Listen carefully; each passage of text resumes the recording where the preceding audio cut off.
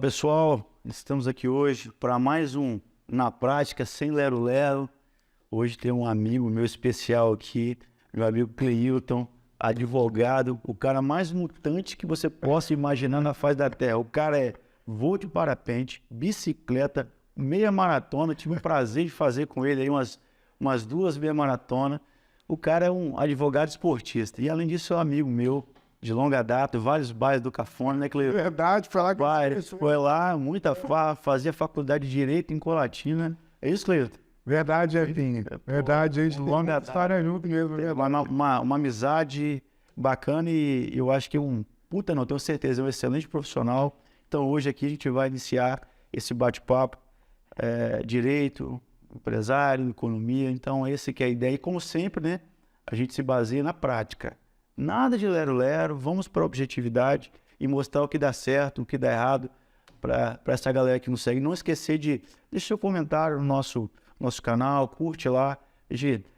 Como eu tenho dito anteriormente, vai ter camisa, vai ter boné, vai ter sorteio, vai ter caneca. Vai ser um programa que vai ser sequenciado, ou seja, vai ter vários episódios e vai ter espaço para vir muita gente aqui. Cleilton, eu acho que eu não poderia deixar de abrir essa primeira pergunta para você. Qual a sua história, pô? Fala pra mim a história do Cleilton aí. Me conta um pouquinho sobre ela aí. Vamos lá, Jefinho. Primeiro, mais uma vez agradecer o convite, cara. Para mim é realmente um prazer muito grande. Parabenizar tanto a você quanto o pessoal que está por trás das telas. O André, o Alex.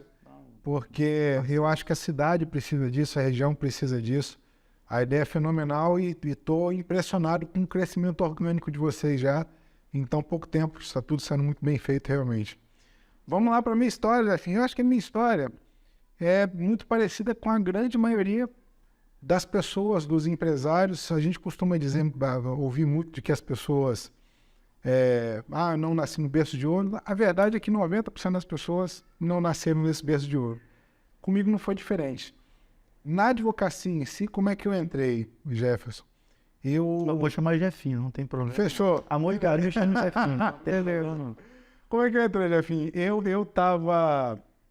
Um dia, eu devia ter uns 15 anos de idade, e assim como você, acho que tem TDAH também, e eu nunca me imaginei trabalhando com um serviço rotineiro, extremamente metódico. A minha ideia, a minha mente, ela é mais abrangente, e aí um dia eu em Belo Horizonte, minha mãe foi fazer uma cirurgia de olhos, Belo Horizonte costuma ser uma referência, e eu vi no carro 2 pessoas de terno, conversando, felizes e tal, 3 da tarde, indo para uma cafeteria. Falei, cara, eu quero um emprego que seja assim, que me dê liberdade de ter como uniforme um terno e uma gravata. Elegante. Elegante, e ainda às 3 da tarde, tomando um café, falando de negócio. E foi aí que eu pensei na advocacia. Só que para ir para a advocacia, meus pais não tinham dinheiro para bancar uma escola particular, uma faculdade particular. Tentei o UFES, o FMG, primeira fase passei, segunda pau. E aí, quando eu passei aqui em Linhares, meu pai falou, parabéns, meu filho, você pretende pagar a faculdade como? Seu João... naquele dia, cara, eu fiquei com muita raiva do meu pai. Era Unilinhares, né? Unilinhares. Quanto foi? 2002. 2002. Isso aí. Eu fiquei com muita raiva do meu pai naquele dia, mas foi o melhor conceito que ele me deu, Gerson. Porque foi a partir daí que eu consegui desenvolver toda a minha metodologia de trabalho que eu tenho hoje. E a sua independência também. Independência. Eu acho que sim. Então eu fui para São Mateus para poder trabalhar numa das empreiteiras da Petrobras. Comecei com um peão de trecho mesmo, auxiliar de pintura, depois fui para auxiliar de soldagem, auxiliar de caldeiraria, auxiliar de planejamento, técnico de planejamento, que sobrou uma grana para poder pagar a faculdade. 5 anos depois, formado advogado. A OAB passou de primeira, de prima? Eu digo que eu passei na OAB de primeira não foi por inteligência, foi por necessidade. Porque eu não teria condições de continuar estudando, nem para concurso público, para poder fazer isso. Qual é o problema do estudante, seja de qualquer área? Depois que você termina a faculdade, você passa de imediato de estudante para desempregado. Então, na época, juntou eu... E olha como tem o financiamento para pagar ainda, né? E o FIES, paguei mais 2 anos, aí depois formado, exato, que era o dinheiro que... Então tinha que trabalhar, não tinha jeito, tinha né? que trabalhar, tá certo. Montei o escritório eu, Aclimar e Leandro, sem nenhum cliente, não tinha pai juiz, irmão advogado na hora disso, montamos o escritório. Fala, deixa eu mandar um abraço para Climar e Leandro, ó. Gente, é a melhor qualidade. Gente boníssima. E na época a gente escolheu o melhor prédio da cidade, o prédio mais novo da cidade, do Geraldinho. Sim, aqui. Ali. E a Climar, cara, eu sempre procurei me unir às pessoas que fossem um contrapeso. Então, eu sempre muito sonhador e o Aclimar era o cara que trazia mais pro chão. Na realidade aqui, meu amigo, volta pra cá, vai. Exato. E aí eu falando da Aclimar, vamos montar o escritório aqui. Aclimar, a gente não tem nenhum cliente. Falei, Aclimar, a gente precisa do dinheiro para pagar o primeiro mês. O resto Deus proverá e veio provendo aí ao longo desses 15 anos, graças a Deus. Até hoje. Hoje, sucesso. Pai do João, né? Pai do João. Casado com a Marília. Exato, casado com a Marília, uma baiana de pouco mais de 1,5 m, arretada, brava, baiana e baixa. Qual a cidade dela mesmo? Imbiaçucê. Nossa, só dá pra uma vez por ano, né? Só. E quando as pessoas me perguntam, fica perto de onde, eu falo, de lugar nenhum. Mas Marília, brincadeira aqui, sacanagem. Pessoa maravilhosa aqui. E quando você era criança, quando você era pequeno, você sonhava em ser o quê na época? Vocês têm esse recorte? Jefinho, eu tenho mais o recorte mesmo dessa adolescência para frente. Para trás, os meus pais sempre tiveram muita limitação financeira. E aí, cara, às vezes a realidade, ela impede a gente de sonhar. Nossa, tipo sonho, pô. Como criança. Todo mundo tem, jogador de futebol. Perna de pau danado. Eu acho que o sonho que eu tinha, Jefinho, ele era, como é na prática, era mais algo que eu pudesse ter uma independência financeira mesmo, algo que eu pudesse ter uma família, sair, viajar. Então, qualquer coisa que me proporcionasse isso, eu ia ficar muito feliz, até que veio a ideia da advocacia. Falando em remunerar, então vamos começar a te apertar um pouquinho. Vamos lá. Você acha que o Poder Judiciário é bem remunerado? Jefinho, qual que é hoje o maior problema que a gente vê no sistema judiciário? Tanto é que a nossa atuação no escritório, isso sempre foi um diferencial e que levou o meu escritório para outros caminhos. Mas deixa eu reformular aqui. O sistema judiciário inclui juízes, promotores, enclaves e advogados, né? Então, não fica só direcionado ao advogado. De modo geral, a classe judiciária, você acha que é bem remunerado? Então, é isso que eu quero te trazer. Ó.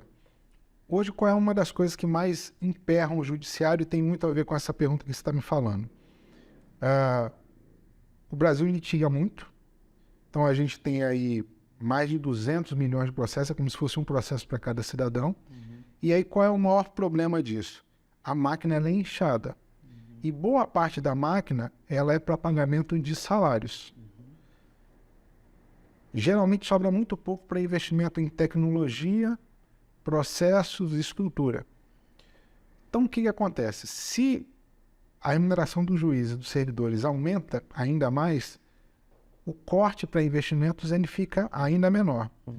Então, aí agora respondendo mais objetivamente a sua pergunta, eu acredito que os juízes eles poderiam até ser melhor remunerados ante a grande demanda de processos que tem, tanto juízes quanto servidores no geral. Só que se isso acontece, por exemplo, hoje, aí o sistema emperra de uma vez. Então, acho que hoje o grande desafio hoje é encontrar o ponto de equilíbrio entre remunerar melhor esses servidores e conseguir verba e sobras para questões relativas à estrutura. Mas também se tratando dos servidores públicos hoje, a classe judiciária, sem dúvida nenhuma, é uma das bem mais remuneradas entre os servidores públicos de qualquer categoria. Ok. E aí, claro, vem a segunda pergunta, por que então o sistema é tão lento e moroso? Então, remunera-se bem, né? Nós temos os processos que são morosos, você sabe disso, é muito processo, é muito demorado, eu tenho passado por isso, você sabe. Então, eu acho que foi muito bem colocado por você. A gente precisa encontrar uma forma, através de tecnologia ou processo, que possa acelerar isso aí.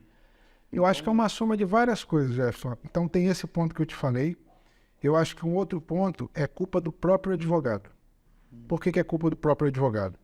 Por duas razões. A primeira a gente sai da faculdade e o advogado não quebra essa mentalidade de acreditar que a única solução para qualquer conflito é um processo judicial. O direito dá para as pessoas 1 milhão de alternativas para você resolver questões que você não precisa obrigatoriamente sentar na mesa de um tribunal para poder resolver. Só que quando você aprende, quando a sua única ferramenta é um martelo, todo problema ele vira prego. É isso que acontece muito com os advogados hoje. E a pior forma de resolver um problema hoje é no judiciário. Porque é lento, porque infelizmente está ficando cada vez mais imprevisível. Eu vou trazer uma questão aqui que independe de questões políticas, mas ela é perfeita para exemplificar.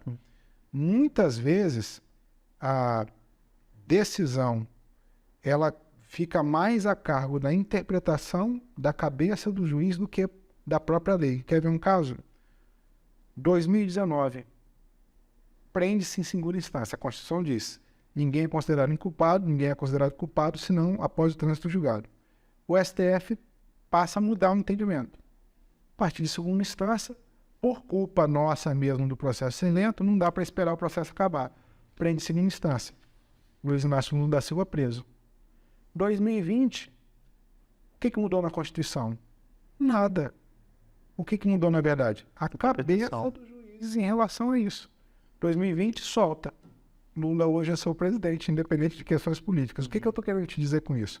É que não só lá em cima, mas aqui embaixo, muitas vezes, principalmente para o empresário, a maioria da sua audiência aqui é empresário. Sim. Por que é arriscado um empresário depender de resolver questões no judiciário?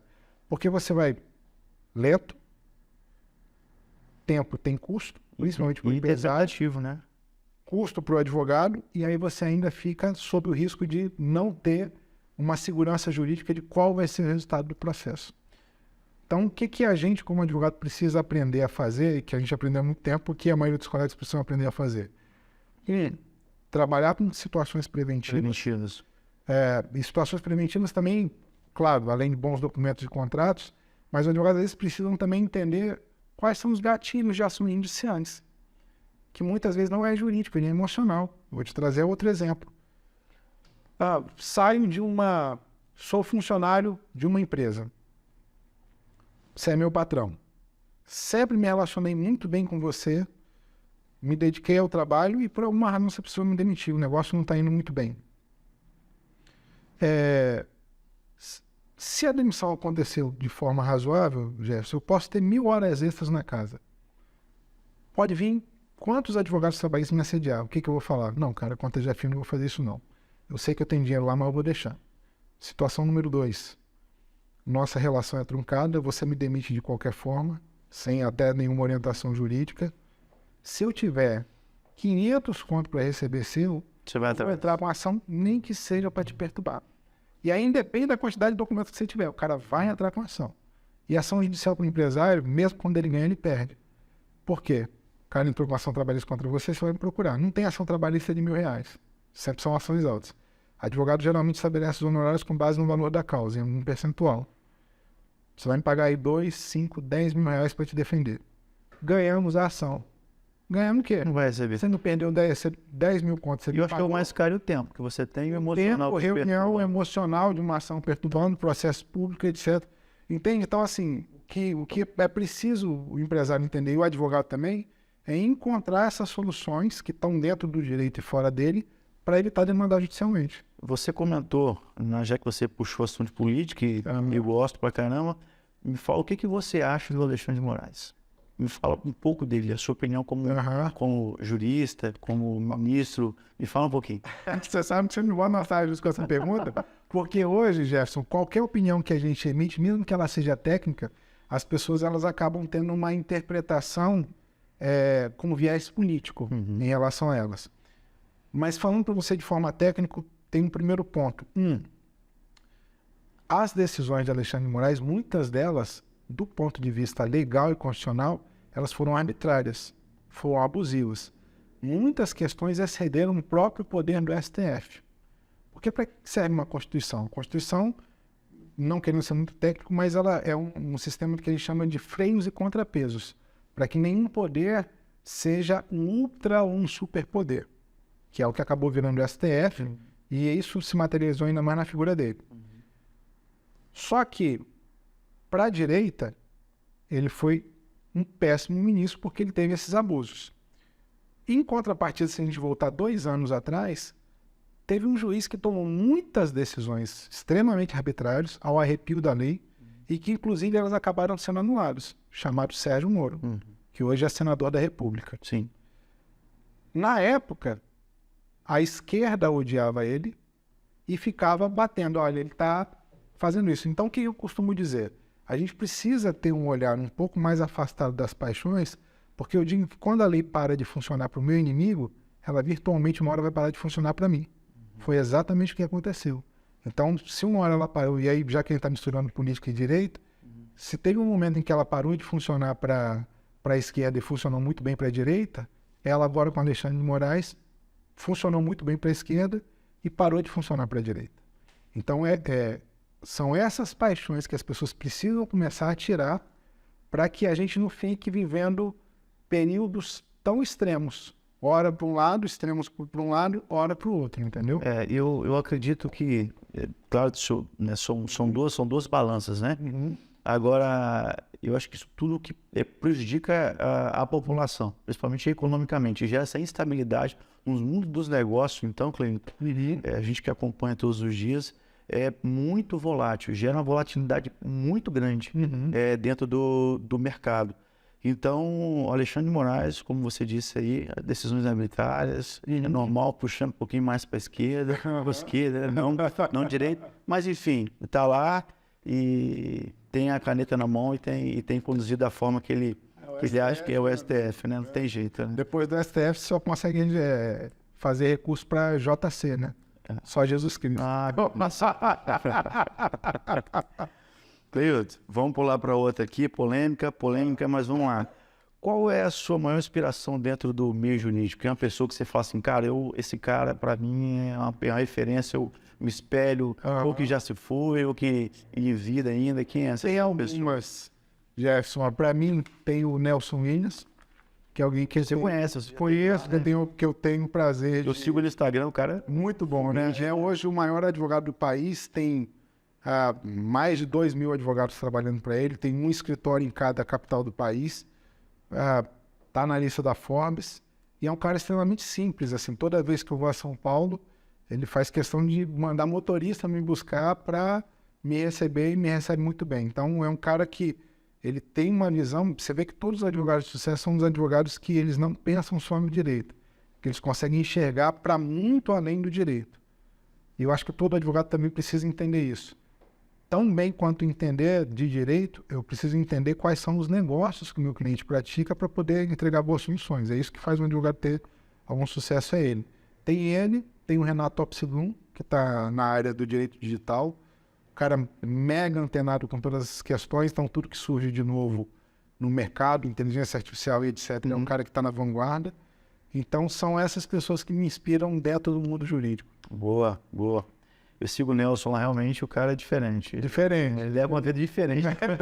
Também. Avião, lá. Uma vez eu até perguntei porque, assim, ele no Instagram, ele mostra muito o estilo de vida dele, então posta os iates dele. Então, uma vez eu perguntei assim, eu falei, Nelson, e você não fica preocupado disso ficar caracterizado como alguma ostentação, ou você ser mal visto? Ele falou, Clênton, olha, se eu fosse, talvez, algum desses políticos da Lava Jato, ou tivesse ganhando meu dinheiro de forma desonesta, eu teria que ter vergonha de postar aquilo que eu conquistei.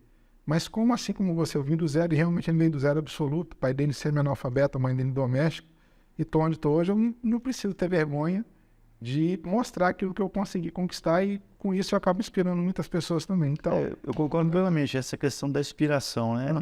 É o ápice dele ter conseguido, e eu acredito que ele leva muito mais para a inspiração, para motivar as pessoas, do que para a própria sem dúvida.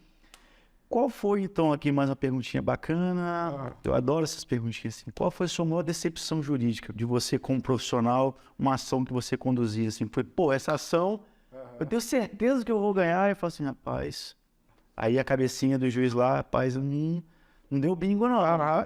Jefinho, e aí eu não, sem nenhuma soberba, e não quero mas eu trago isso a título de exemplificação. A gente tem um cuidado muito grande, antes de pegar as causas lá no escritório, de fazer uma filtragem sobre a viabilidade delas. Por quê? Não é só o honorário do cliente que gera para a gente renda, mas são a quantidade de causas e resultados que a gente entrega. Sim. Então, muitas vezes é melhor eu perder um cliente por não ingressar com uma ação e pior, né?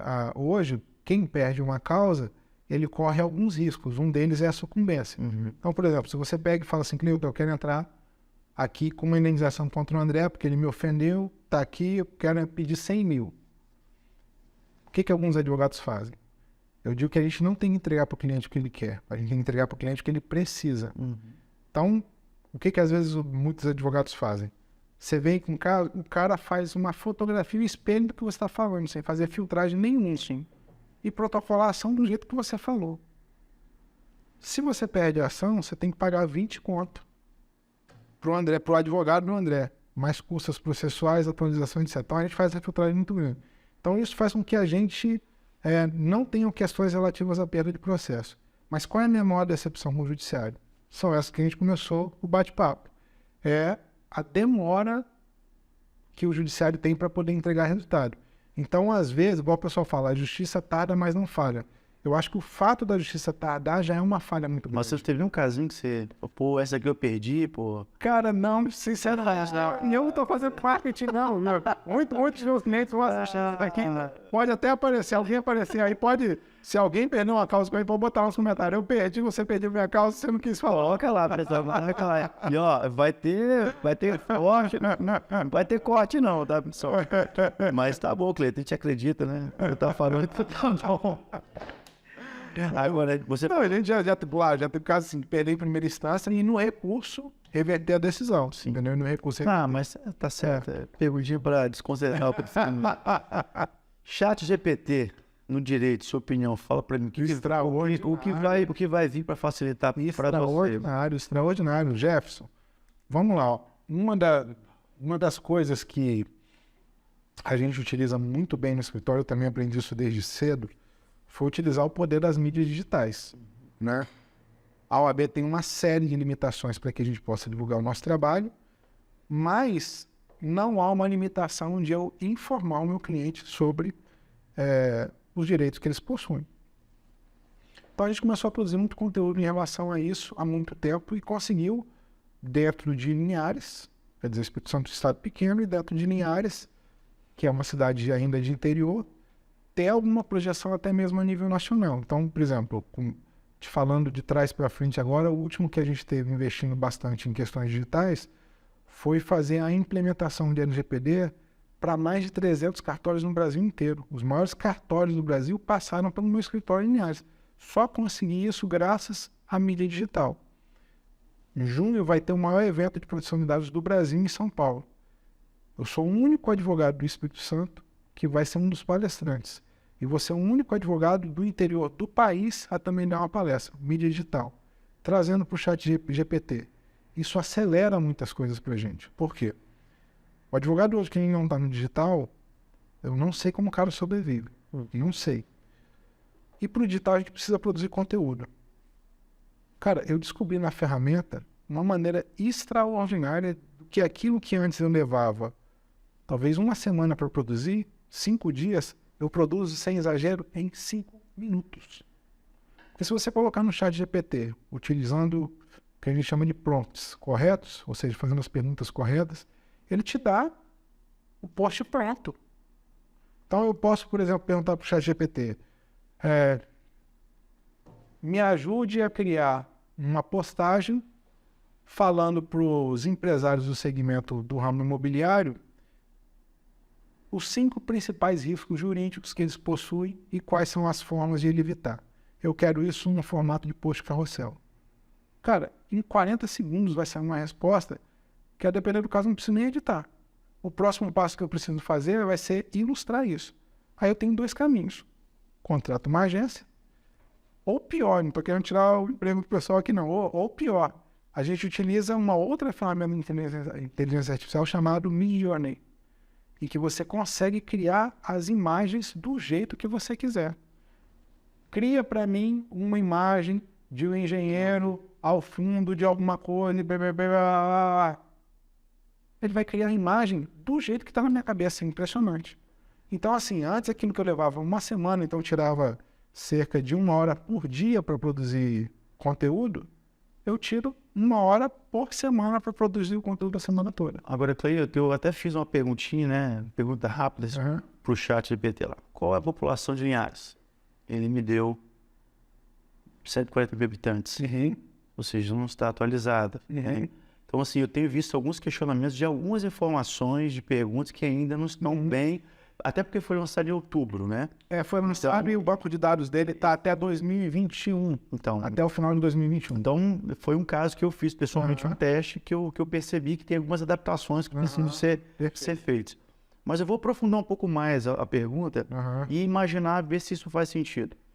E se nós pensássemos no chat GPT dentro de uma análise jurídica, ou seja, passar a ler, a interpretar uma decisão judicial de um juiz baseado no cruzamento de informações. Você acha que isso é possível, né? É possível e aí é que começa a ficar... Talvez pode ter o avanço, você acha que pode ser perigoso? É perigoso por várias razões, Jefferson, porque assim, a tendência é que as pessoas passem agora, e o Google não vai ficar para trás, já está criando a sua própria inteligência artificial. Então, o que acontece? As pessoas, então, eu em vez de trazendo aí para esse exemplo, razões pelas quais que eu posso fazer o empresário do setor imobiliário evitar problemas judiciais. Ou razões para evitar inadimplência. Antes eu iria no Google, ia me dar 1 milhão de resultados, eu ia em cada um desses pontos e fazer uma pesquisa para triar o material e depois chegar lá. Hoje eu vou direto para o chat GPT. Ó, a inteligência artificial aqui, ó. Aqui, você vê, não, ó, a inteligência artificial. Não tem jeito. E aí, Jefferson, o que acontece? Eu utilizando a inteligência artificial, ele vai me entregar sempre a resposta já pronta. Qual é o problema? É das pessoas começarem a ter aquilo como uma verdade. Quem estiver por trás da ferramenta, ela pode manipular a resposta do tendencioso. Né? E a tendência é aquilo passar a ser uma verdade universal e ponto. Porque o chat GPT disse, ou a nova inteligência... Você acha que isso é impossível, então, no mundo jurídico? Ou é possível ou não é possível? É totalmente possível. Mas é aplicável. Não, totalmente aplicável. Não deve, por essa precaução de... Qual que é o problema? O problema é que essas inteligências, Jefferson, elas são alimentadas. E aí elas dão resposta de acordo com aquilo que está sendo alimentado. Quem está alimentando? Fizeram um teste sobre isso nos Estados Unidos. Nos Estados Unidos criaram uma ferramenta chamada ROS, da IBM, para auxiliar os juízes a dar sentenças mais rápidas. Grande quantidade de processos. E aí o juiz inseria basicamente os dados do processo ali, e aí a ferramenta dava a sugestão, por exemplo, começando a utilizar na área penal. Então, qual é a sugestão de sentença para esse caso? Ao longo de 6 meses, eles perceberam uma coisa muito simples e terrível. Quando o caso envolvia algum negro e pobre, o sistema sugeria penalidades mais altas. Quando era um branco e de classe mais alta, sugeria penas mais baixas. Ou seja, a ferramenta aprendeu a ficar preconceituosa. Por quê? Porque quem alimenta Hoje, porque a gente está falando muito de inteligência artificial agora, mas já é utilizado há muito tempo. Há 15 anos atrás, você ia no banco, quem te dava o empréstimo? O gerente. Não, Jefinho eu conheço e tal, aqui Jefinho pode ter 100 mil de crédito. Hoje quem é que te dá um empréstimo? O sistema. Baseado na alimentação que é feita lá. Baseado também na alimentação hoje de mercado. Sobre movimentação de cartão de crédito, tudo que você acha que ninguém sabe, hoje todo mundo sabe. Tá tudo mas o problema é depender de como o algoritmo é feito, ele já coloca ali a profissão cabeleireira. Índice de inadimplência alto, não consegue empréstimo nenhum. Então qual é o risco? E aí qual é o desafio da inteligência com o direito?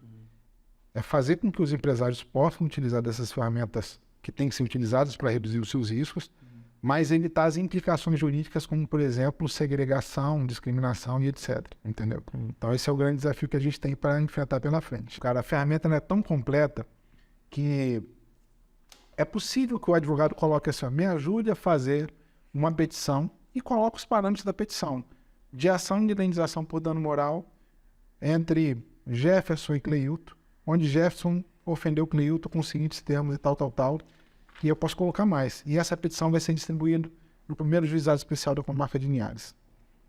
Ela vai te dar a petição pronta, inclusive com jurisprudências. Qual é o problema da ferramenta? É tornar o profissional preguiçoso. entendeu? É tornar até o profissional preguiçoso. Então, o que eu acredito? Eu gosto muito, acho que a tecnologia precisa ser utilizada, mesmo a gente é da época da Barça, Sim. que quando surgiu o Google, qual era o problema, qual era o desafio dos educadores e a preocupação dos nossos pais? Os meninos vão parar de estudar. E, na verdade, não foi isso que aconteceu. Eu acho que o que essa ferramenta faz é dar mais liberdade para que a gente possa exercer a nossa criatividade e sair um pouco mais do operacional. O operacional mais tem que pra ser cada vez criatividade. mais ser feito pelas máquinas, mas é preciso, obviamente, a gente sempre encontrar um ponto de equilíbrio para tudo, porque a inteligência artificial não pode ser diferente. E você acha que isso pode ser um fator que venha a diminuir a quantidade de empregos, por exemplo, já que você tem a máquina começa para onde vai? Qualquer tecnologia, Jefferson, ela diminui emprego. E aí, mas só que na verdade ela é Dentro da área do direito, sem né? dúvida nenhuma. Hoje eu estou com um escritório lá de 11 advogados. E não só no meu negócio, mas em qualquer negócio, que esses advogados eles só permanecem lá se eles conseguirem fazer algo melhor do que a máquina.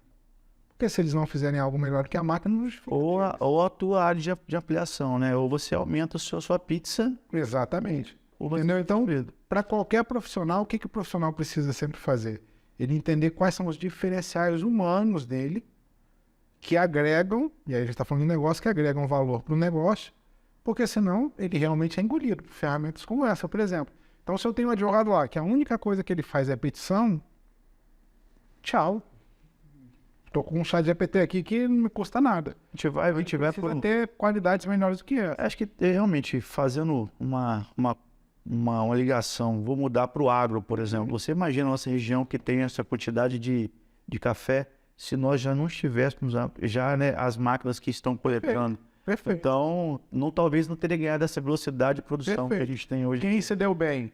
O cara que estava lá na colheita manual ou o cara que na colheita manual percebeu, cara, se eu fizer alguma especialização para operar a máquina, ou seja, esse cara passou a ganhar muito mais.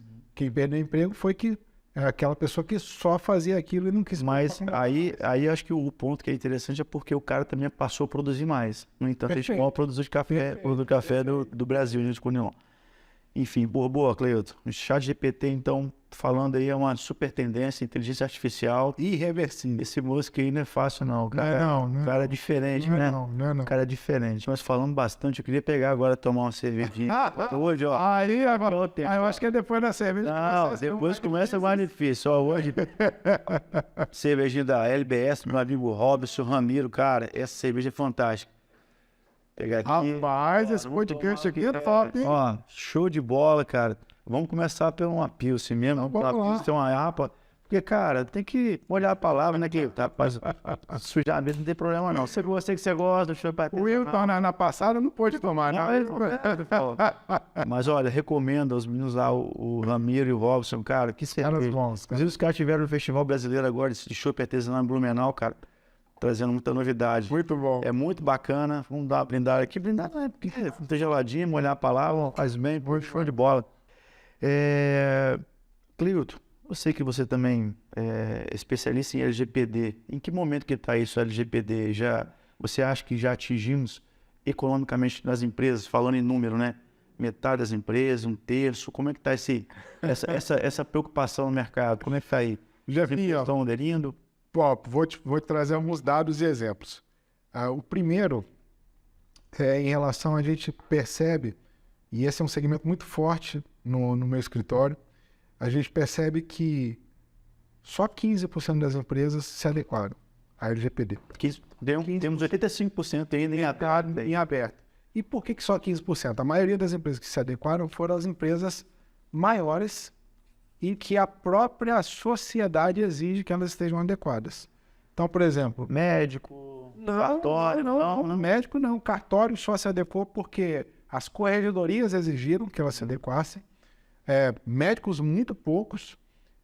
Mas, por exemplo, bancos. Se você tiver curiosidade, quem estiver assistindo aqui, uma hora bota Reclame Aqui. Na pesquisa do Reclame Aqui, coloca LGPD. As pessoas não estão mais reclamando, meu produto atrasou. O que é a reclamação das pessoas? Depois que eu fiz o cadastro nesse site, não para de receber spam. estou recebendo um monte de perturbação aqui da empresa tal. Então a LGPD passa. O que está forçando as empresas a se adequarem à LGPD?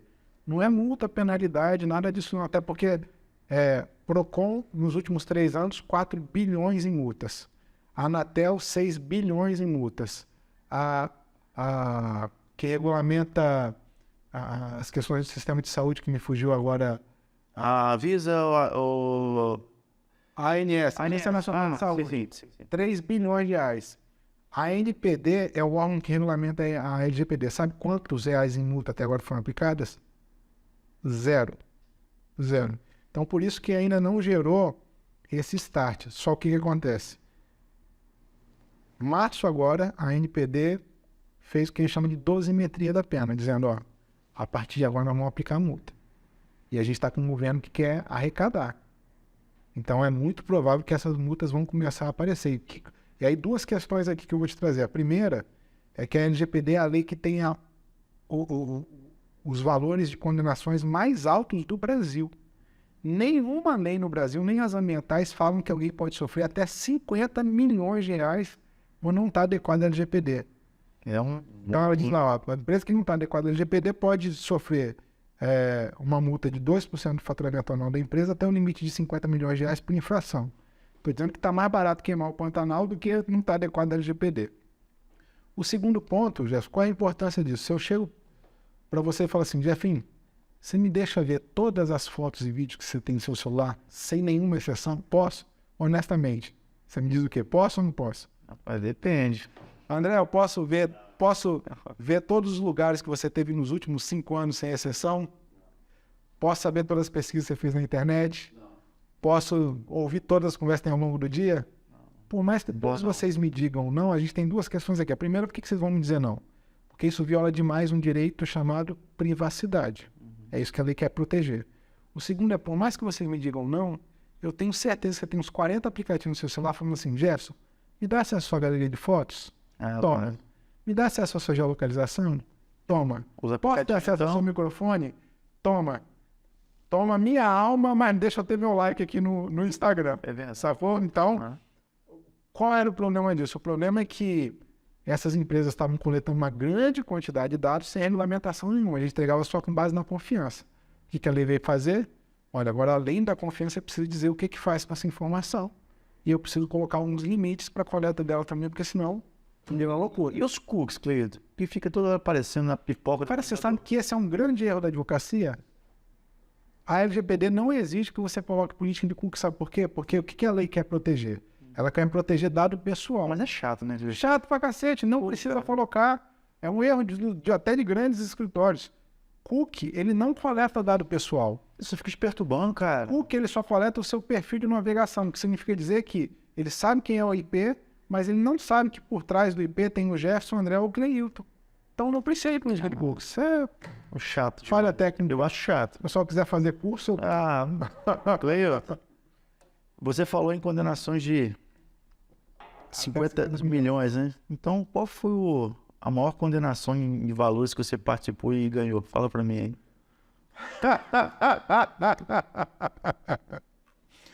Deus santo. A gente teve algumas, Jefferson. A gente teve algumas que envolveu direito imobiliário. A gente teve uma... Não, eu vou falar o santo. Eu vou falar uma foi que envolveu o Facebook. A gente teve uma que deu...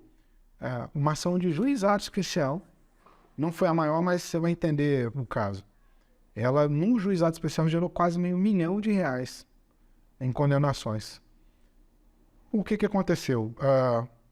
Criaram um perfil falso e começaram a atacar um cliente nosso. Atacar um cliente nosso. O que a maioria dos advogados fazem? Eles não conseguem identificar quem é o perfil, ou eles entram com ação contra quem eles acham que pode ser a pessoa por trás do perfil, e isso vira até contra eles depois, porque não tem prova. Eu sempre digo, as pessoas falam assim, advogado bom de lado. Advogado bom de prova. Porque eu posso fazer uma petição igual um poema, o juiz chorava e você não provou nada que seria isso. Pode já. Então, nesse caso, o que a gente fez? Entramos com ação direto contra o Facebook, explicando para o juiz algo muito simples. Excelência, pede o Facebook para informar quem é, porque o Facebook é a ferramenta de comunicação mais poderosa. Ou retira, né? Ou bloqueia. Ou... Os dois. Eu quero que bloqueie, só que o dano já aconteceu. E como o Facebook é a ferramenta de comunicação mais poderosa do planeta, com bilhões de usuários, ela precisa ter a responsabilidade de dizer quem é que está por trás. O Facebook deu um monte de IP lá, a pessoa usava VPN, então o IP estava no Vietnã, Arábia Saudita e vários lugares. Devolvi para o juiz, falou, você nessa. Nem se meu cliente fosse Barack Obama, ou a pessoa mais odiada do mundo, teria tantas pessoas a nível internacional querendo atacar. O Facebook não cumpriu. O juiz, eu concordo, multa diária de R$100 por dia, enquanto não apresentar. Foi somando, não apresentaram, eu pedi para aumentar a multa, aumentou para 1.000. O escritório aqui no Brasil. Aqui no Brasil, porque toda empresa de tecnologia precisa ter um CNPJ brasileiro. Eles não te retornavam? Nada, absolutamente nada. Para entender como o processo de juizado. Cara, quando chegou, tipo, em 500 mil, o juiz parou e falou, não, tá bom, não identificaram, mas o cliente foi muito bem compensado.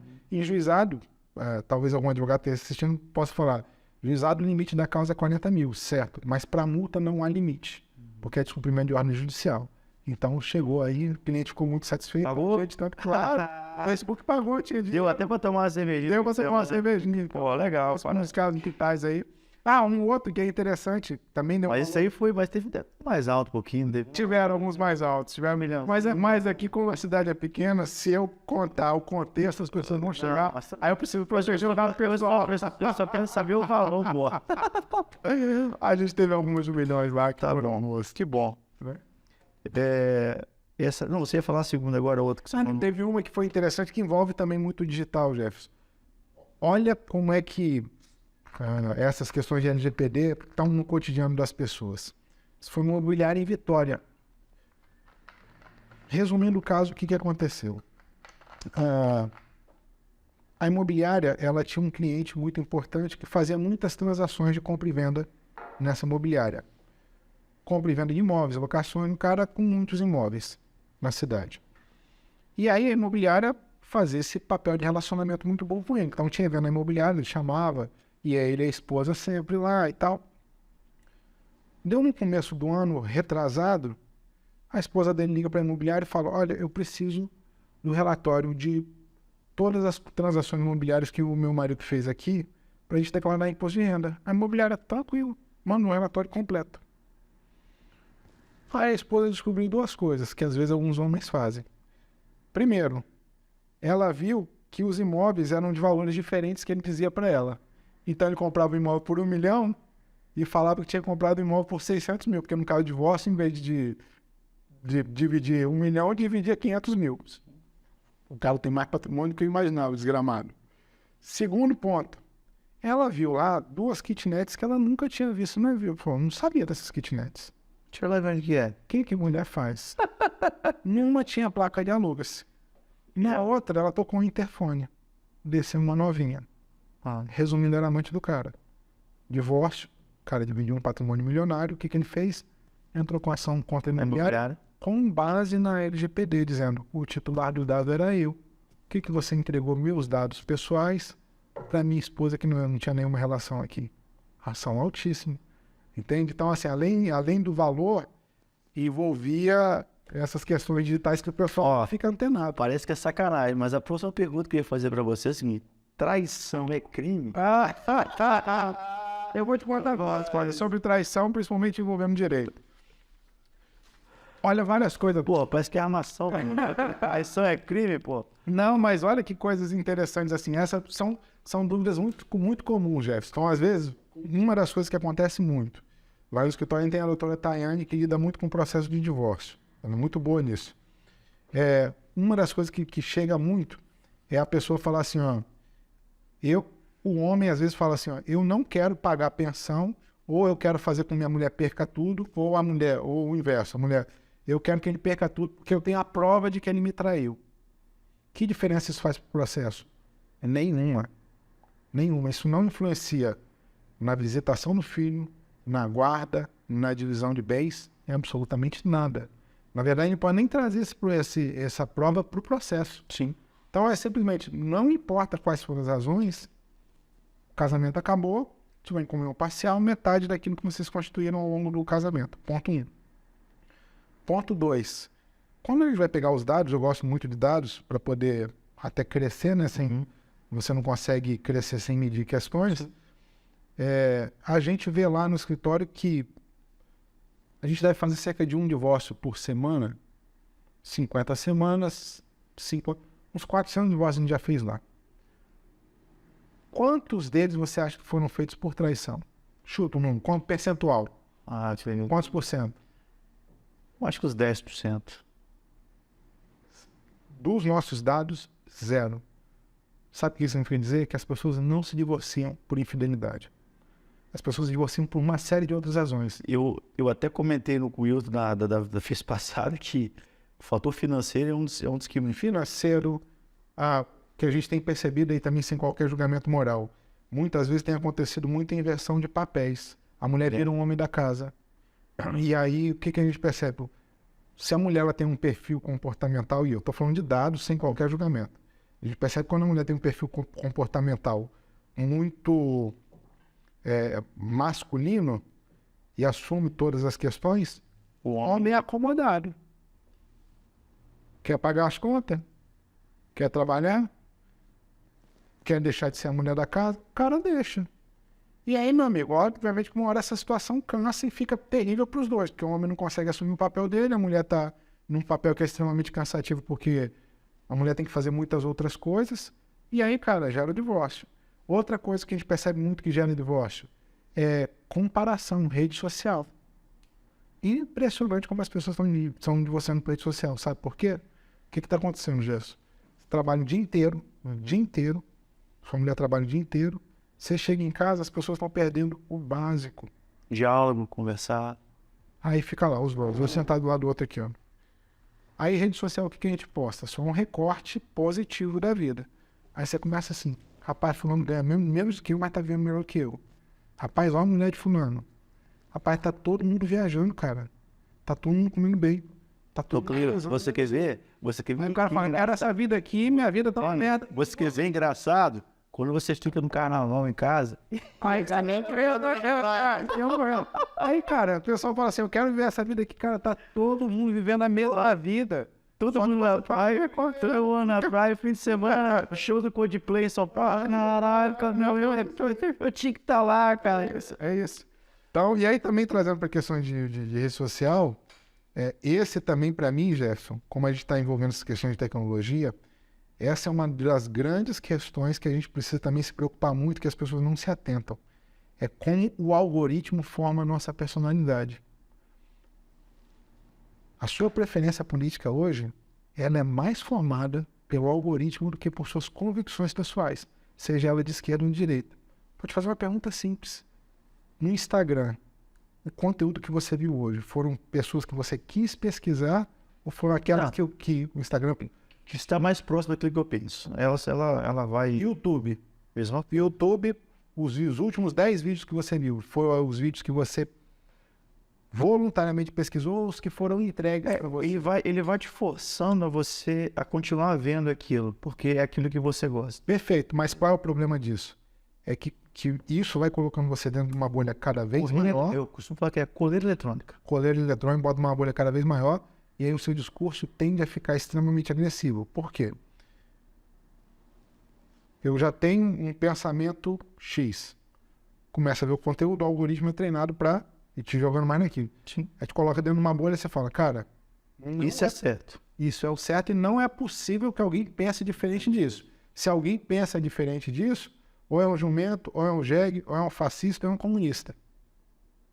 E aí o seu discurso começa a ficar agressivo. Do outro lado está acontecendo a mesma coisa. A pessoa que está com outro viés está sendo cada vez mais forçada. Então você vê que as pessoas que têm um discurso mais agressivo nas redes sociais são aquelas que mais passam tempos em grupos de WhatsApp, YouTube, Facebook e Instagram. Então o que a gente precisa alertar as pessoas é para que as pessoas voluntariamente... Você gosta de direita, voluntariamente vale a pena você seguir algumas pessoas de esquerda. Isso eu não vou fazer de jeito nenhum. Então você não vai abrir sua mente. O inverso também é verdade. Entende? Então, senão você fica sempre dentro de uma bolha extremamente agressiva. Fake news também, né? Você não sabe mais como você mensura a verdade da inverdade. Então, isso. Complicado. Então, molha um pouquinho mais a palavra, porque o chopp tá bom, hein? Pô, É bom que abre. O happy hour, fim de tarde. Vamos jogar não. Um bate-papo aqui, cara. Com que? Mas vou dar trabalho pros caras pra cortar, porque vai ficar longo pra caramba essa Não, que bota. esse podcast. Mas tem os podcasts famosos, os caras ficam 2 horas. né? Não, é. Pequeno mortal como eu. Não tem problema, não. Cleuto, você é a favor ou contra da maioridade penal? Vamos lá, Jefferson. Também é uma pergunta pauleira, mas vamos lá. Você que você não é. Não. Faz. O que você precisa? É criminalista, mas o que você precisa entender? Eu acho que o que a gente precisa entender por trás dessa pergunta é o que a gente quer com isso. No Brasil, a gente tem uma sensação de impunidade muito grande, sim, até mesmo por conta desse ponto que a gente falou inicialmente da lentidão do judiciário. Então, esse é o ponto. Em razão dessa sensação de impunidade, a gente quer que as coisas sejam resolvidas mais rápido e a tendência é a gente ficar punitivo. Vamos lá. Qual é a finalidade da prisão? Recuperar, né? Tentar recuperar. É você tirar um indivíduo que está sendo nocivo à sociedade de circulação e, segundo ponto, ressocializar ele. Porque não adianta nada depois você colocar ele de volta na sociedade pior do que ele entrou. Difícil é socializar as cadeias que tem hoje, né? Exatamente. Então, o Brasil hoje já é um dos 3 sistemas carcerários mais abarrotados do planeta. Então, o que acontece? De novo, o que a gente precisa entender é, se não existem alternativas, principalmente quando se trata de um menor de idade, se não existem alternativas que entreguem o mesmo resultado. Eu consegui tirar essa pessoa de circulação provisoriamente e ressocializá-la. Tá claro que se eu colocar ele dentro de uma FEBEM, um instituto desse, ele volta pior. Segundo, as pessoas não traçam um perfil psicológico e social das pessoas que são presas ou que praticam crimes. Não estou aqui dizendo tadinho do menor, nem nada, nem de longe. Porque as pessoas são más e tem que pagar por isso, etc. Mas o que eu quero dizer é assim, você não resolve isso só aprendendo. As pessoas precisam pensar, e aí também independe de questões políticas ou de orientações políticas. Mas é muito difícil, Jefferson, hoje para um pai ou para uma mãe que está com um filho na favela, dentro de um espaço menor do que essa sala aqui, em que o espaço é cozinha, tudo, 6, 5 filhos, e ao entorno é uma comunidade, uma favela, em que está todo mundo praticando crimes. Não dá para ignorar que o e-mail influencia excessivamente na formação de personalidade. Se o algoritmo influencia, você imagina o meio. Então, não pensar em programas sociais só na forma de punir é pouco eficiente. Mas como você parte por exemplo, você está nos Estados Unidos que 12 anos, né? Você pode até me corrigir se for 10, 12 anos já cumpre pena já. E você não acha que a lei é frouxa não no Brasil? Porque se você... Não, é muito fácil ser preso no Brasil, Jefferson. Extremamente fácil ser preso no Brasil. Principalmente se você for pobre, também eu. Pessoal, o esquerdista lá. Trazendo dados. Quer ver um dado mesmo tendo boa renda? Se a sua mulher hoje ficar puta com você e ela for pra delegacia e dizer assim, ó, Jefferson tá me ameaçando e me ameaçou em bater, a polícia vai te prender primeiro e perguntar depois. Trazendo um exemplo. Como é que é o sistema hoje para se prender? Muita gente é presa com base só num testemunho. Ó, Jefferson me roubou. Se o Jefferson for alguém pobre, prende primeiro. E aí qual é a defesa de Jefferson? Um defensor público. Vão marcar uma audiência, etc. Então, a questão não é que a lei é frouxa. Eu acho, Jefferson, que a complexidade disso é tão grande, é porque a gente está acostumado a tentar encontrar respostas simples para problemas extremamente complexos. A gente não resolve criminalidade só prendendo. Tem que prender. Um moleque de 16, 15 anos matou, estuprou, roubou e etc.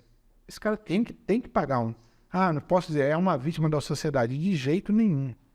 Mas a questão é, qual é a pena mais adequada e o que também tem que ser feito para que esse tipo de situação não aconteça? Não, o senhor Rodolfo não me respondeu. Você é a favor de reduzir para 16 ou não? Eu sou a favor de reduzir a menoridade penal, com toda certeza, desde que muitas outras medidas sejam tomadas. Tudo bem, mas você é a favor.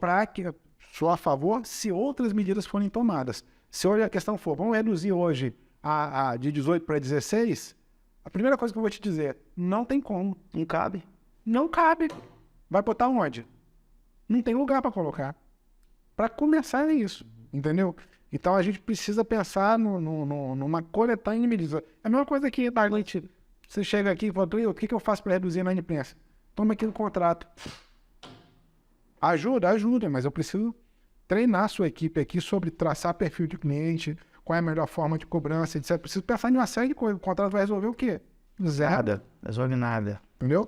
Boa, Cleito. E habilitação para menores de 18, 16 anos. Só tem uma polêmica, meu Deus do céu. Ou você cancelado, ou as pessoas vão abrir um pouco mais a mente. Vamos lá. E, enfim, com 16 anos você pode casar. Uhum. Com 16 anos você pode abrir uma empresa. Eu conheço muita gente com 16. Na nossa época, nossos pais ensinavam ele a dirigir com 12. Então, quando você chega com 16... Já é vilão, já. Você pode ir para Fórmula 1? Pode. Né? Então, assim, de novo, eu acho que a questão não está muito relacionada à idade. Eu acho que a questão está relacionada às questões de conscientização de trânsito. Porque não adianta nada uma pessoa de 18 anos poder ter carteira e aí essa pessoa, as autoescolas fingirem que dão prova, as autoescolas fingirem que o cara fazendo uma baliza está pronto para pegar o carro e ir daqui para Vitória. A gente está falando de um veículo de 1 tonelada, 2 toneladas, andando a 100, 150 km por hora. E aqui no nosso... E contrapartida vindo do outro de 5, 10 toneladas. É a única coisa que separa, que me dá segurança. Uma faixa pintada. 1,5 m. Aham. Isso é porque a Eco o Estado não duplicou, né? Então, Aí você fica à mercê da morte, como diz um amigo meu, que você está a 1,5 m da morte. é verdade. Fica transitando para lá e para cá. Então, você acha que você é a favor? Sou a favor, sou a favor. Então tá bom. E como é, Cleilton, defender alguém que você sabe que o cara cometeu... Você imagina se você fosse um criminalista, ou enfim, qualquer segmento da área do direito. Como é defender um cara que está errado, você sabe que ele cometeu infração ou coisa errada, como fica sua consciência você tem que ir lá defender o cara? Jefinho, eu não faço criminal exatamente por isso. Eu não me sinto confortável nem em causas civis e empresariais, de pegar, como eu disse para você, de pegar causas das quais eu não acredito, que dirá pegar uma causa em que, notadamente, alguém cometeu um crime, ou seja, feriu ou até matou uma outra pessoa, e eu chegar lá dizendo que nada disso aconteceu. Mas, por exemplo, vamos... Mas assim, avaliando os colegas criminalistas, o que os dá conforto? E o que os bons criminalistas fazem? O primeiro ponto eles seguem um princípio legal que chama que todos têm direito... Não. Todos têm direito à defesa. O pior que seja o seu crime. Ou seja, a ninguém pode ser retirado o manto da proteção da lei. A ninguém. O segundo ponto os bons criminalistas fazem isso. Os maus simplesmente falam, não foi ele, etc. É a pior forma de você fazer uma defesa. Os bons, eles fazem o seguinte: fez, mas eu quero que ele tenha um julgamento justo, ou seja, que a pena dele seja adequada à proporção do ato que ele praticou. E aí, a depender do caso, você avalia quais são as excludentes. De novo, a gente está muito acostumado a respostas simples para problemas extremamente complexos. Se a pergunta, por exemplo, você fala, Cleilton, uma pessoa que mata tem que ir para a cadeia? A maioria das pessoas vão dizer sim. Aí eu falo, Jefferson, mas sobre quais circunstâncias aconteceu esse homicídio? Se o homicídio aconteceu para você defender o seu filho, honra. Entendeu? Se aconteceu para defender o seu filho, ok. Quer ver um caso que eu vou trazer aqui? Um caso, goleiro Bruno. Goleiro Bruno... Tinha que ser flamenguista. Goleiro Bruno, no final da audiência, um advogado famoso, acho que era Quaresma, na defesa do Bruno foi o seguinte: o direito criminal diz o seguinte, não há, para você condenar alguém por homicídio, tem que ter indício de autoria e prova de materialidade do crime, ou seja, tudo me leva a crer que foi você e está aqui o corpo. No caso da Elisa Samúdio, até hoje não encontraram o corpo. Então o que a defesa ficava batendo? Não tem o corpo. Até porque essa pessoa uma hora pode aparecer. Então, o que o advogado faz no final do julgamento? Excelência, Vocês não podem condenar, porque precisam desses 2 elementos. Inclusive, eu quero agora chamar nossa última testemunha. Dona Elisa Samúdio, pode entrar. Todo mundo olhou para a porta. Ele insistiu, Dona Elisa Samúdio, pode entrar, é a sua vez de entrar. Na terceira vez que ele chamou, disse, essa daqui é um teatro, doutor. Foi, não é exatamente isso, não é. Mas olha só por que ter a prova da maternidade é importante. Porque eu chamei todo mundo, olhou para a porta, porque ninguém aqui tem a certeza de que essa mulher está morta. Olha que defesa espetacular. O problema é que ele pegou um promotor, uma promotora, e mulheres são detalhistas, a promotora, extremamente habilidosa, na hora de falar, falou, excelência, doutor fulano tem razão. Todo mundo olhou, mas se o senhor pegar e tá gravado, porque tem as câmeras, todo mundo olhou. Menos os Só tem condenados. uma pessoa que não olhou. O condenado. Um condenado. Que não, porque ele tem a certeza de que ela tá morta. Então o direito ele tem muitas questões. Boa, Toledo. Dessa aí foi... Entendeu? Então, Gerson, eu acho que eu não tenho, sob nenhuma ótica, condições de fazer nem de processos penais, nem de processos que eu não acredito, fazer defesa daquilo que a gente não acredita, mas eu acho que os criminalistas os fazem baseado nesses princípios legais. Sim. Agora, uma engraçadinha aqui. Já teve algum caso, assim, de julgamento que o juiz dormiu na hora da... Você tá na audiência, o juiz dá uma cochilada? Não, mas teve um engraçado, Jefferson, que a gente estava num caso aqui. Você lembra que em Ares tinha Casas Bahia, onde é a farmácia indiana hoje? Sim, sim. Casas Bahia, para fechar, faz um saldão, liga uma liquidação. E aí uma pessoa foi lá e comprou um telefone, esse telefone sem fio que tinha ramal. Eram 2 telefones. Ela compra o telefone, e aí quando ela chega em casa, vai testar o telefone não está funcionando. Em teu braço. Ela volta no outro dia, a Casa Bahia era fechada e só tinha uma portinha ali que o cara abria só a parte do olho. Aí ela falou, vim trocar o telefone, não. Você liga para Intelbras e vira lá, porque aqui a gente fechou. Aí ligou para Intelbras, deu uma mínima no telefone de R$300. Chegamos na audiência, Dr. Wesley aqui, gente boníssima. Dr. Wesley, a Intelbras contratou a gente para fazer a defesa e na época eu falei com a Intelbras, eu falei, olha, vamos apresentar uma boa proposta, porque o juiz, ele costuma ter condenações consideráveis aqui na cidade. Mas a gente apresenta a proposta de R$500. Eu falei, não é apresentar. Às vezes algumas condenações aqui são de 20, 30, 40 mil reais. Tá doido? Eu falei, resumindo. Fomos para a audiência, o juiz falou assim, ó, doutor, é por isso que eu dou condenação alta, porque uma empresa desse tamanho, em vez de resolver o problema, não resolve, chega aqui, não tem uma proposta justa, vou dar uma condenação alta. Ó, o problema, a parte já tinha ganhado o processo, né? A cliente resolveu falar. A cliente do outro advogado da particular resolveu falar. E esse que eu falo, o advogado precisa orientar muito bem o seu cliente. Porque tem cliente que tem necessidade de, não, eu tenho que conversar com o juiz. A cliente pegou e falou, não, excelência, inclusive está aqui o telefone que eu trouxe. Está aqui o telefone com defeito. Eu já tinha perdido o caso. Falei assim, excelência, pela ordem, já que ela trouxe, ele está baseado só na palavra dela. Vamos testar o telefone? E aí, na época, quem tinha ido como preposto era a minha secretária. Minha secretária falou, é o mesmo telefone que tem no escritório. Para esse telefone funcionar, são 3 chaves que você precisa ligar, senão ele não funciona. Falei, vamos testar. O juiz falou assim, tudo bem, mas ó, a gente vai perder tempo, isso pode até aumentar a condenação. Eu falei, não, tá perdendo. Botou na tomada, aí eu falei assim, licença. Pam, pam, pim. Aí ela, não fez esse barulho aí no dia não, olha só. Aí o advogado dela já assim, ó. Meu. Aí o juiz falou, vamos deixar carregar aqui um pouquinho. Aí carregou, ele tirou a linha de telefone do fórum e botou no telefone. Doutor fulano, qual é o seu número? Ele 99 alguma coisa, 99 alguma coisa. Telefone. Aí o juiz. Aí o juiz. Atende aí, doutor. Aí ele atendeu, ele. Tá funcionando o telefone? Ele infelizmente sim. Então, essa pergunta, o caso que a gente ia perder gerou essa situação. É nesse outro episódio. Isso daí, já é engraçado, mas assim, duas coisas. Uma, o advogado ele precisa passar para o cliente a segurança de deixar ele conduzir o caso.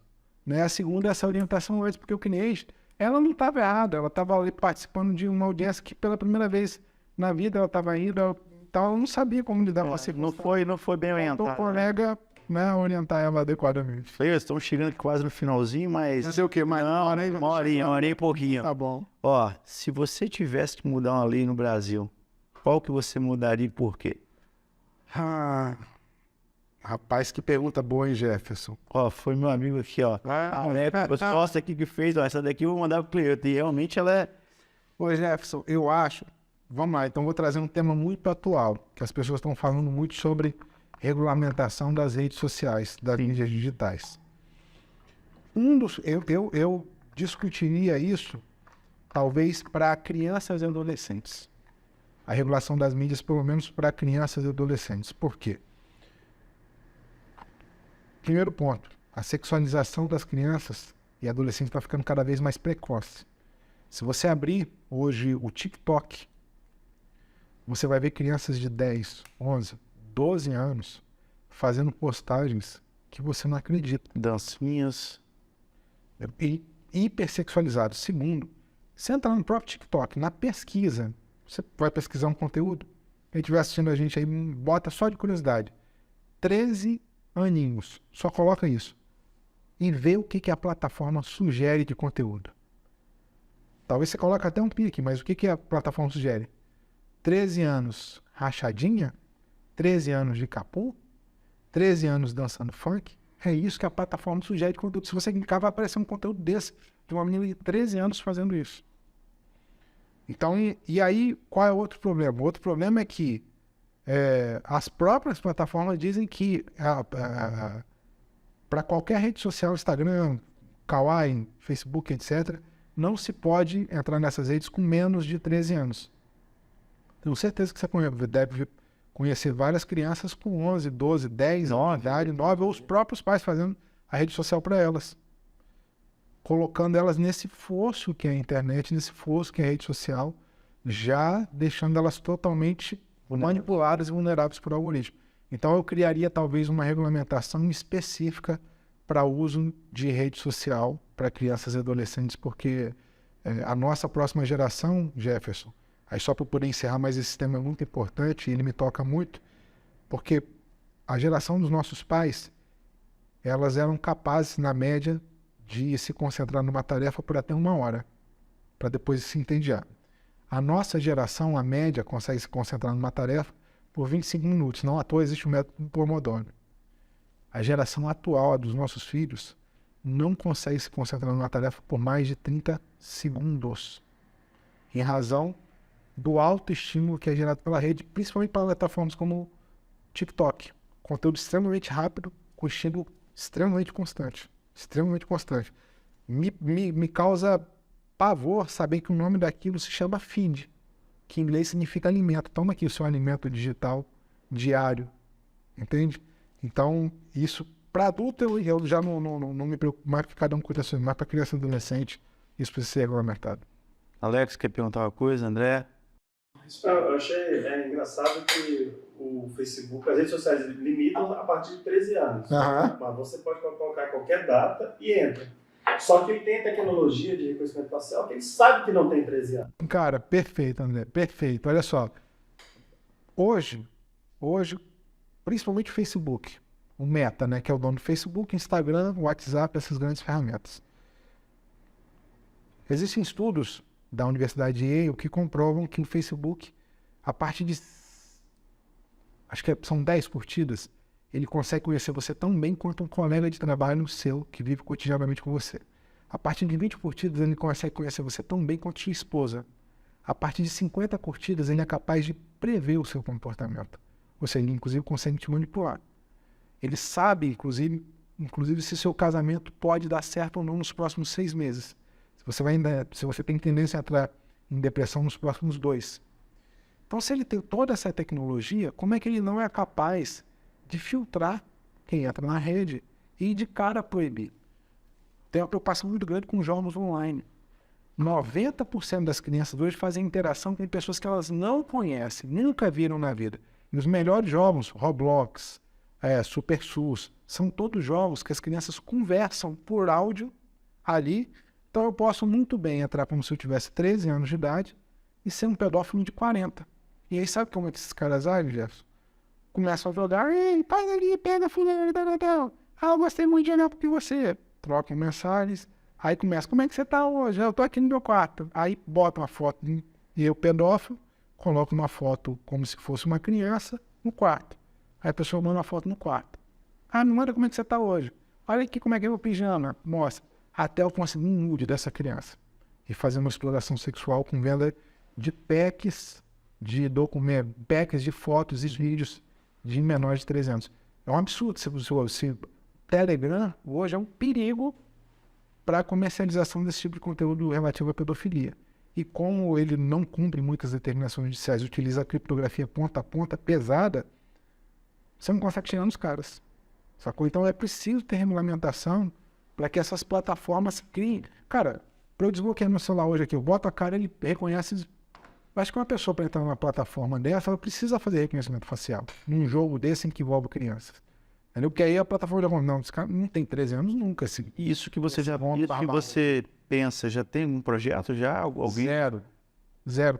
Por quê? De novo, muitas perguntas que você fez aqui são perguntas que, às vezes, as pessoas já têm respostas prontas, mas são problemas complexos. Então, a depender do caso, quando você fala assim, vamos regulamentar as mídias digitais, você é um comunista. Ou não tem que regulamentar nada. Você é um fascista. Então, as pessoas só estão dentro de caixas. Elas não entendem o problema. Então, não tem porque quando você fala regulamentar, para.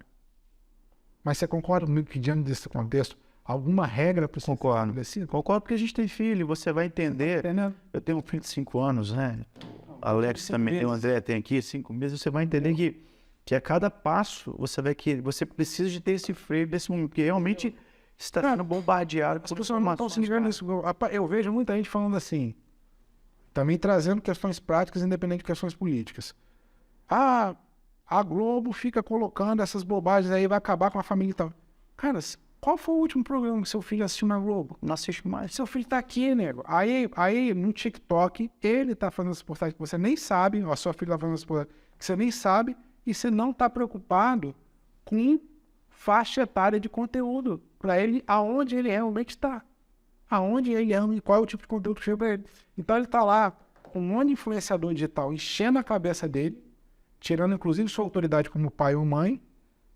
Regulamentação zero, o que esse pessoal diz? Acaba falando, Tá me entendendo? acaba botando em xeque aquilo que você fala pro filho, porque ele ouve tanta informação fora que ele começa a botar xeque. Será que meu pai tá falando certo ou tá falando errado? Meu filho, você precisa, todos nós aqui, a gente precisa colocar comida dentro de casa.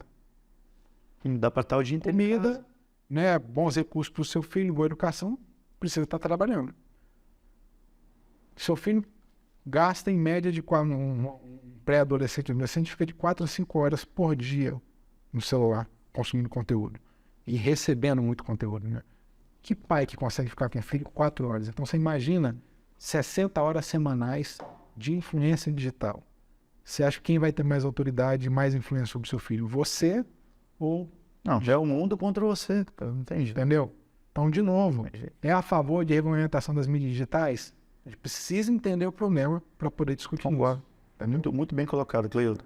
Cleilton, acho que o conteúdo foi bacana. Queria te agradecer por essa vinda aqui Na Prática, e você foi nosso terceiro convidado. Maravilha. Vai passar de 100, isso aqui vai... Não tem, você é um limite pra gente. E a ideia é estar trazendo esses conteúdos que são perguntas que realmente nos fazem refletir sobre sociedade, economia, política, e com certeza, como sempre tenho dito para todo mundo, que venha somar a vida de todo mundo. Perfeito. Que venha você, um advogado que eu aprecio muito, gosto muito, como amigo pessoal meu. Agradeço por essa visita. Pode fazer suas considerações finais. Amigo, só gratidão por esse bate-papo aqui. Eu acho que a intenção é realmente mostrar para as pessoas que o direito não é só o artigo 3º, parágrafo 2º, a linha C da lei. Você viu que a gente falou de temas altamente complexos, sem precisar ficar citando artigos de lei. O que as pessoas precisam saber é como isso se aplica à vida delas. Na prática. Na prática, sem lero. Entendeu? Então, eu acho que a intenção é essa. E eu que acredito que as pessoas precisam cada vez mais estar abertas ao diálogo, a novas ideias, mesmo discordando delas. Mas eu acho que a gente só evolui quando a gente ouve vários lados. E é por isso que eu gosto tanto de ser advogado, porque advogado não julga. Advogado só ouve, né? E aí, a partir disso, ajuda a transformar as questões. Tamo junto. Obrigado, Cleiton. Pessoal, segue lá, curte lá, bota. Teve muita coisa questionadora aqui hoje que o Cleiton vai responder, algumas que ele foi, responde lá. Então, não deixa de curtir a página, se inscrever. E semana que vem o conteúdo já está disponível pra gente aí. Um abraço. Valeu, pessoal.